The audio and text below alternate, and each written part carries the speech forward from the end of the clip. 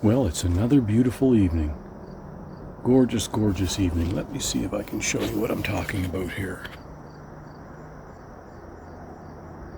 Sun setting over there in the west. Makes me think about a couple of my good friends, the two Dons, Don Fry and Don Goff out west, who I didn't get to see this year. And it kind of made me think about a few things. You know, I'm roaming around the yard here tonight, as usual, in my blue house coat, and kind of looking at the people in the cars looking at me. And I really didn't care. Really didn't care at all. And I kind of sat down in one of my little areas down there, and I was watching, and I can still see them buzzing around. There's a half a dozen dragonflies. And a friend of mine has a real superstition about dragonflies. I'm not going to judge anybody. I mean, I live my life in this, walking around the yard. And he believes dragonflies are sent. Will send messages. So I'm not going to judge anybody. And it was another kind of step tonight in realizing how peaceful my life is within the trees, within this little zone here. The sun is just really, see if I can show you again up in here, really coming up through the trees tonight.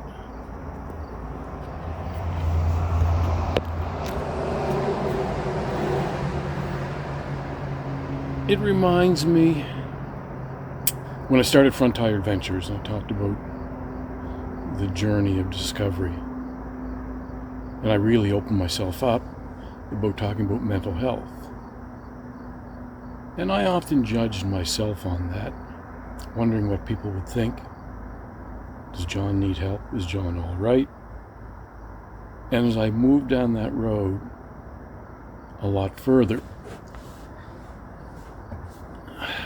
I don't want to say I became isolated or withdrawn, but I entered a life of kind of solitude. I would put it more that way. Solitude. Very peaceful solitude. And then you start to look for that solitude in places. And strangely enough, I can't find it on the motorcycle. And it's where I started. So when I go out on a motorcycle, I tend to look for places that I can just go by myself and not have to overwhelm myself or overload myself.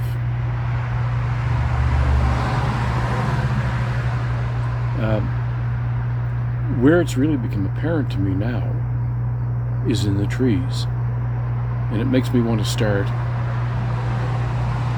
a new playlist. You'll hear a lot of traffic going by here lately, and it's usually very quiet here, but this is the number 3 right here. The 103 is just through the trees there, and they're working on the exit 6 and 7, so there's some detours down here, and you'll hear, where down here it's usually very quiet. There's a little bit more traffic.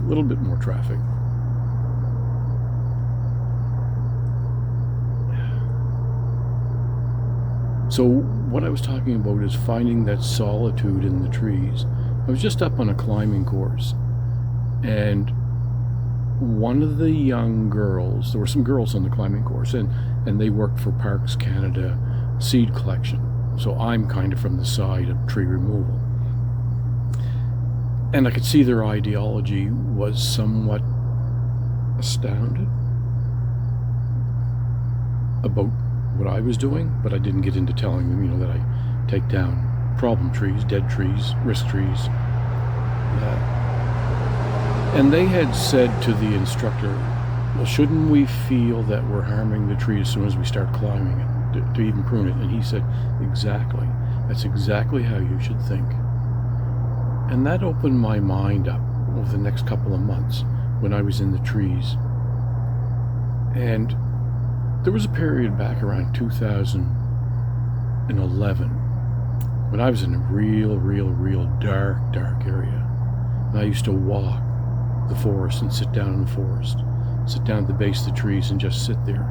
And I was so deep within inside myself that I felt if there was any risk that the crows would stop. They kind of, the squirrels chatter or the crows call, to kind of warn each other that you're there or some risk is there. And when they would stop, I would start to look around and think, am I at risk? So all my life I've had this real fascination with the forest and with trees. But as I started back in business and started climbing, just recently I'm up in the tree. It's almost as if I'm giving thanks to that tree, because it's a living organism. And I'm giving thanks to it for giving me a place to be up there where nobody else is. It's just me going about my work. And it's almost that if somebody says to me now, I want that tree gone, and I say, well, why? Well, it's a risk. Why is it a risk? Well, it's big. Well, that's not why it's a risk. It's because it's big. So maybe can't we prune it? Can't we do something? Because you get a real insight to ending the life of a living organism. And that somewhat gives me a little struggle lately, and I'm not sure why. Because I get such joy about being up there, and I get paid to do it. But I'm taking a life, and I don't know how to deal with that. And it gives me solitude, but it's confusing to me. So, trees that are ready to fall over, trees that are broken and damaged, trees that are dead, that's the business that I'm in. Trees that aren't a risk, trees that are healthy, trees, that are contributing, to the atmosphere. And I spent a lot of years in the logging industry. Planted a lot of trees, did a lot of silviculture, did a lot of road clearing, clearing lots, and just never gave any thought. But at this stage in my life, as I'm moving further down this road, sitting here talking to myself, to you guys, a life of solitude, a little bit of withdrawal. Some people would say, are you all right?